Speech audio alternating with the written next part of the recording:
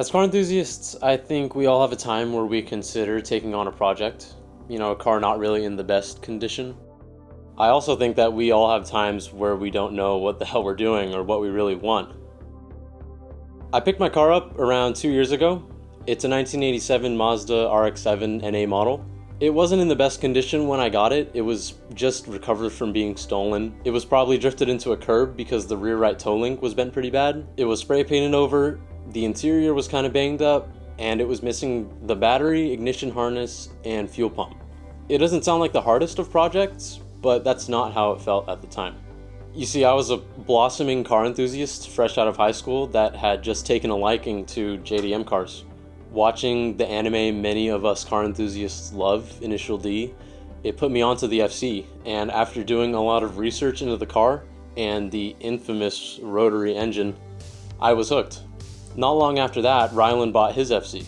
It was a pretty clean red stock example at the time.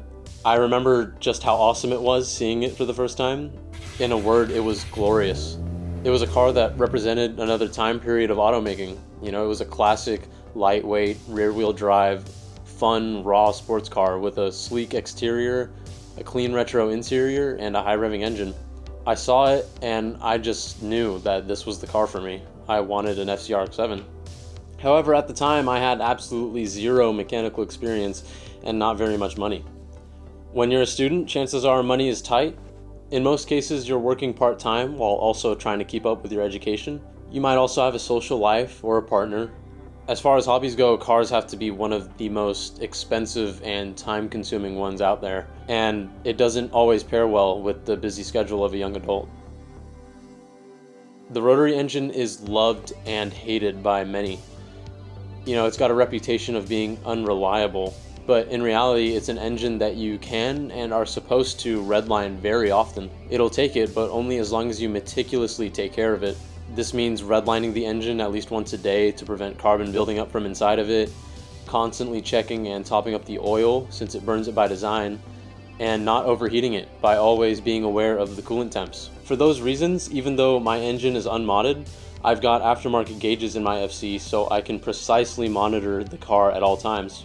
A lot of people would say that taking on a car like this, something that is supposed to be driven hard by design but needs to be paid very close attention to and needs to be taken care of properly, taking that on as your first car is not a good idea. And I think that even more would agree that for someone in my position, taking on a project rotary engined car as your first car is really just a mistake. But despite all that, I wound up buying mine for $900. It was a mess, but my friends and I saw its potential, so I pulled the trigger on it. It had been sitting for 6 months, so it was surprising that after getting a battery and a fuel pump in it, it started on the second try and it stayed running. It was a great start to the project. I had a running Project FC for about $1,500. Now, in retrospect, it probably wasn't the smartest decision for me to buy this car, but fast forward 2 years later and the project is what it is today. It does need an engine rebuild, but that's because of age. It's approaching 200,000 miles. So by rotary standards, it's actually incredible that the motor has lasted this long. That's something we'll be working on in the near future on the channel. Other than that, I know it's not the cleanest looking, but it's good enough for me considering I really just got it to rip around the back roads in, or what we like to call toge on the channel. Ultimately, I would say it's a tastefully modified example of a driven 80s inspired FC. I decided to make this video because even after these 2 years, I'm still that college student on a budget, trying to balance his time and money. And I know there's plenty of people out there who are in a similar position as I was, student or not, who are newcomers and are on the fence about getting a project car. So I just wanted to share some of my experiences and give just 2 pieces of advice for those people. The first thing I think is be realistic about what you're trying to achieve. An extreme example of being unrealistic would be this. Having no experience with cars and thinking you can take a rolling shell that needs an engine, needs bodywork, just needs a full workup really, and getting that car roadworthy again by yourself. Again, that's a pretty extreme example, and I'm not saying that no one can do it. I'm sure people have done it, but a project like that is an easy way for a newcomer to the car scene to not have a good first time and get scared away. I say find a car that isn't perfect, that does need some work, but is overall mechanically sound and not too ugly, and just start with that. Not one with a blown engine or a trans, not one that's rusted out, something modest that won't give you too hard of a time. And I already know some of you might say, well, that's not really a project. And to some people it might not be. The car enthusiast I am today wouldn't even really consider that a project. But I do believe in most cases, in order for someone new to something to stay motivated, they need to feel the rewards from their effort. And it'll probably be a while before you start to feel the rewards when you get a project that needs a ton of work. Not feeling like you're getting anywhere can lead to giving up, and that leads to a waste of time, a waste of money, and another unfinished project listed on the marketplace. Even for an experienced person, projects like those can be tough. They can take a lot of time, investment, and persistence that not everyone has or can afford. Getting a car that isn't perfect, that needs some work, but still runs is a good way to take baby steps. First learn how to work on a car and how they operate and gain experience while also feeling like your work is paying off, and that keeps you motivated. I know it's tempting getting a big project because they're typically so cheap. And again, as a student, you're probably strapped for cash. Trust me, I get it. But they are cheap for a reason. What you don't pay when buying the car, you 100% will pay in labor, time, and money after the fact. Don't do that to yourself, at least not when you're just starting out. Start with something small and over time work your way up to bigger and tougher projects if you're up for that.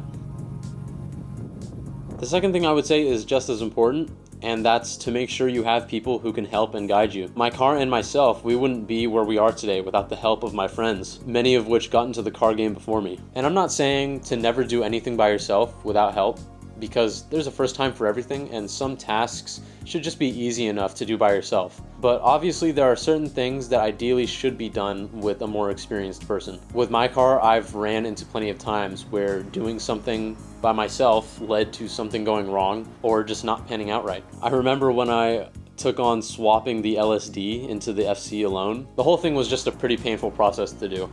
It was out on the road because I wasn't able to use the garage. It was during the fall, so it was cold and sometimes raining.